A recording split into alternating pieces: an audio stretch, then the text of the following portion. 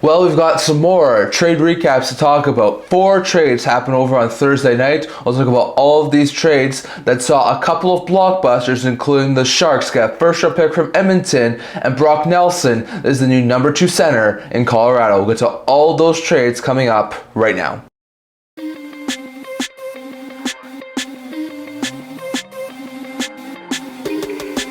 Hello everyone, welcome back to another video here at the End-to-End Hockey channel. Now before we get into this video, don't forget to like this video and subscribe down below. Thank you for all your support. We're now to of you guys, so if you haven't already, don't forget to subscribe button down below. Really support the channel. I'm on the road to 500 subscribers. And if you leave a comment down in the comment section below listing all those discussed in today's video. If you didn't catch it earlier this morning or maybe tomorrow, it depends on what time it's getting uploaded to YouTube, we did our live trade deadline video, so don't forget to check that out. It's on my YouTube channel under the live section. It's about 2.5 hours, I think it is. We talked about a whole bunch of trades that happened over on trade deadline days, so don't forget to check that out if you haven't already. But in today's video, we're talking about 4 trades that happened late on Thursday evening before the trade deadline was on trade deadline day. We saw 4 interesting moves that I never got around to touching on, except for while we were doing the live stream, so I wanted to touch on these guys a little bit more in depth.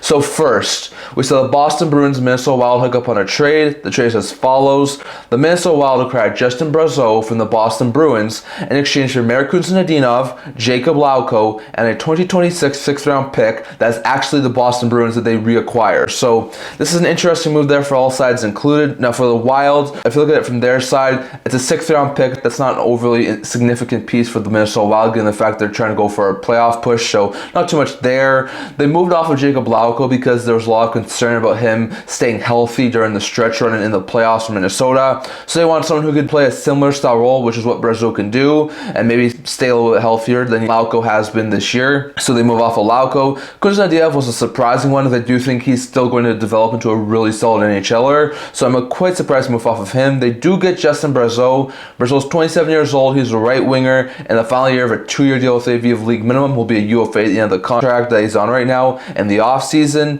Brazeau currently has 10 goals and a career high 20 points and I think 57 games this year. He got into a little bit of a game action towards the end of the season last year, did all right. So I think Brazeau can be a guy who can play on the 4th line for Minnesota, can put up a couple of goals, maybe provide some depth scoring, but be that sort of physical style defender that the Wild could definitely use, and was going to be a really hard to play against Western Conference. So I think this is a really good pickup there, even though I do think it's a really high ask for just Justin Brazeau. I think Brazeau is going to fit in really well on that 4th line for Minnesota. If you go over to the Bruins side of things, they get some really good pieces here. They get their 6th-round pick back in 2026 draft, so it's not this year, it's next year. Don't know how the Bruins are going to be doing next year, but they at least got some more draft capital for the future. They also get Jakub Lauko. Lauko has connections to the Boston Bruins organization, given the fact that Lauko, not this past year, but the 2 seasons prior, was playing in Boston. Now this year, due to injuries, Lauko only had 3 goals and 6 points in 38 games. Only 4 shy of a career high even with that, but still hasn't been able to stay overly healthy. I think he is currently still injured, or he's just got back off of injury reserve, so it'll be interesting to see how he does. I could see him be a solid pickup there for the Bruins on that 4th line, for the Bruins trying to make that sort of late playoff push. Interesting out there. When it comes to Khusnutdinov, he's only 22 years old. Him, just like Lauko, is scheduled to be an RFA at the end of the season. He's currently making $925,000. Not bad there for the Boston Bruins to get Khusnutdinov. I think for a time being, he should be a solid bomb 6 forward for the Bruins, but I think eventually he could be a really solid, skilled top 9 player, maybe playing as like the 3rd line for the Boston Bruins. He's so far has 2 goals and 7 points in 57 games this year, so hasn't been overly productive. Might be a little bit more of a defensive-minded forward, but I think this could be a really good pickup there for the Bruins long term, if Khusnutdinov can really develop into a solid 3rd line center there for Boston. So all in all, I do think the Bruins win this deal because of the amount of pieces they're able to get, but the Bruins acquire Lauko, Khusnutdinov, and their own 6th-round pick back from Minnesota in exchange for Justin Brazeau, so an interesting trade there. Next, we're over to a blockbuster we saw between the Avalanche and the Islanders, and the trade is as follows. The Avalanche have acquired Brock Nelson with half of his contract retained, so only at a $3 million cap hit, and youngster William Dufour from the New York Islanders in exchange for top prospect Callum Ritchie, depth defenseman Oliver Kylington, a conditional 2026 1st-round pick, and a conditional 2028 3rd-round pick. So this is a really big move for both sides. So for the Avalanche, Ritchie's a solid prospect, but the Avalanche are going for it, so they don't really care about that. They move off a 1st-round pick, but that's going to be in the future. Don't really care about that. Kylington worked out really well as like a 6th, 7th defenseman, defenseman right now, but with them having some defensive upgrades before the trade deadline hit, they didn't really need Kylington, and they also potentially move a third-round pick as well in exchange to get William Dufour. Dufour with, I think, a fourth-round pick in the 2019 and 2020 draft. Had some really good seasons over in juniors. I thought he was going to be a stud at the NHL level. I think he's only played one NHL game, and that was a couple of years back. He had a really good season 2 years ago at the AHL level, but since then has really had some sour stretches in the AHL. I think he only has like 25 points in 45 games this year at the AHL level. So he's not doing overly well at the AHL level. Maybe the change of scenery, going to Colorado, going to their AHL affiliate will be a breath of fresh air for Dufour. I still believe Dufour could be a solid goal scorer and top 9 forward, so I do really like that addition there for the Avalanche. When it comes to Brock Nelson, we know they've been looking for someone to replace Casey Milstead as the second line center. They've been trying to find a second line center the past 2-3 seasons ever since Nazem Kadri left after they won the cup. So they finally get their solid second line center. Now Nelson is having a little bit of a down year, has 20 goals and 43 points in I think just over 60 games, which is nowhere close to the point total he had the last couple of seasons when he had 69 points I think last year and 76 the year prior, and he put up 30 goals in each of those 2 past seasons. So if he can get 10 goals in the next 20-ish games for the Avalanche, he could have his third consecutive 30-point season. If he has 7 points in his next 20 games with the Avalanche, he could have his 4th consecutive 50-plus point season. So Nelson's a really good player, can put you up between 30 goals, he can put you up around 60 to 65 points. He's going to be a really solid addition there for the Avalanche, and if he plays top 6 minutes, maybe he gets power play time, play with guys like Lehkonen, Drouin, or McKinnon, or people like that, I think Nelson could be a really solid addition there for the Avalanche. So a pretty dang good pickup here for the Avalanche.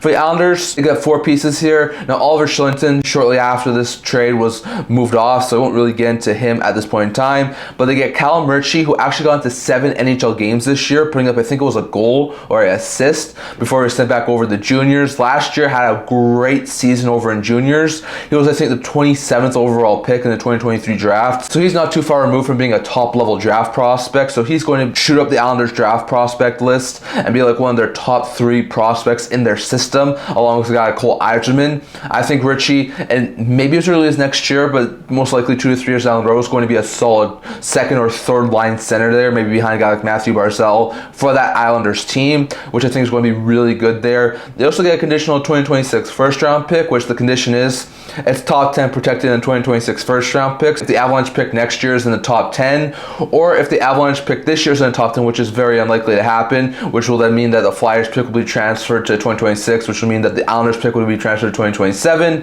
which is very unlikely. So it's going to be a top 10 protected 2026 first rounder. And if the Avalanche's pick next year is in the top 10, it'll be transferred to an unprotected 2027 first rounder. So they will get first round pick, whether it be 2026 or 2027. And the Islanders also get the Avalanche's 2028 third round pick, so long as the Colorado Avalanche win the Stanley Cup this year and Brock Nelson plays in half of their playoff games. So unless the Avalanche do win the Cup, that 28 third round pick will stay with the Avalanche, but it's an interesting swap there. So the Islanders get Callum Ritchie, get a first round pick, and a potential third round pick for Brock Nelson and William Dufour. So interesting pickup there for both sides. And this is a deal I do think that the Islanders win, being able to get Ritchie and a first round pick for Nelson. Going over to the small trade we saw just after this deal is the Islanders have dealt Oliver Kylington to the Anaheim Ducks for future considerations. Now Kylington has been dealing with injury troubles and mental health issues over the past couple of years. Islanders have a really deep defense, didn't need Kylington, so they'd move him to a team where he could definitely get playing time in Anaheim. Anaheim just moved Dumoulin, so they have an opening as like a 6th, 7th defenseman who can play on the third pair. I think Kylington will be a really solid addition. He's in the final year of a 1-year deal with the AV of $1 million,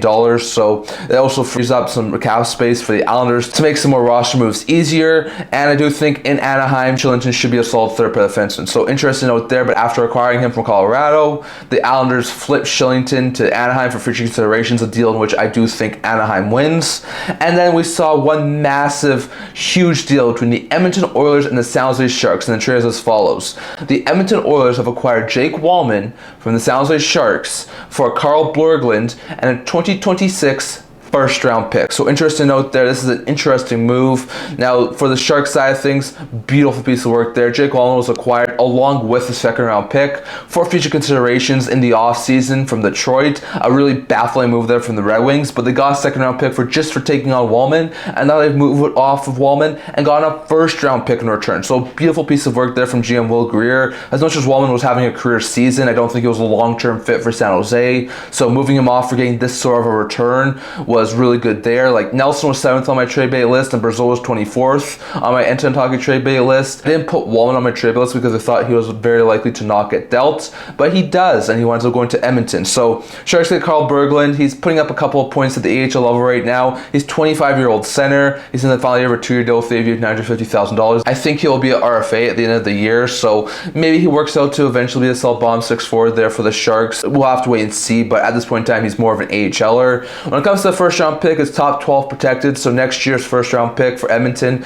will be top 12 protected. If the Oilers pick is in the top 12, then the Sharks will get an unprotected 2027 first rounder. If it's not in the top 12, then they'll get a 2026 first round pick. So interesting note there, but it's going to be either a 2026 or 2027 first round pick from Edmonton that's going to San Jose, and they also get young prospect Carl Berglund. For the Oilers, they get Jake Walman. Walman's a left shot defenseman, really solid skilled guy who I think could work out really well. He can play on the third pair, he can play on the second pair, he can play the right side if need be, but he's more of a left side defenseman. He's 29 years old. He has this year and next year the $3.4 million cap hit, so it's not just a 1-year deal for Walman. He will be able to spend some time with the Edmonton Oilers beyond this season, so really good pickup there for the Oilers. Like I said, I don't think they need an offensive defenseman. They needed more of a defensive-minded guy, so an interesting pickup there for the Oilers, but I do think Walman will be a defensive upgrade on a guy like maybe a Troy Stecher or a Brett Kulak. I do think Walman's better than those guys, and he can be a serviceable 4 or 5 on that Oilers blue line. So interesting note there, but we do see that the Edmonton Oilers have acquired Jake Walman from the San Jose Sharks. The Avalanche have acquired Brock Nelson from the Islanders. The Wild have acquired Brazeau from Minnesota, and Kylington was dealt to the Anaheim Ducks for future consideration. So definitely, those are all the 4 deals we want to talk about here in this video. I'll have more coming out in the next little while, so stay tuned for that. But that's all I'm going to talk about for today. Remember to like this video. If you'd like to subscribe below. Thank you for all your support. We know to love you guys. So if you haven't already, don't forget to subscribe button down below. Don't forget to comment down in the comment section below listing all those discussed in today's video. I also have a blog to make news, rumors, analysis, stuff for that, so check that out. I've linked that down in the description below. And kind of see you guys all for next video. See you guys soon.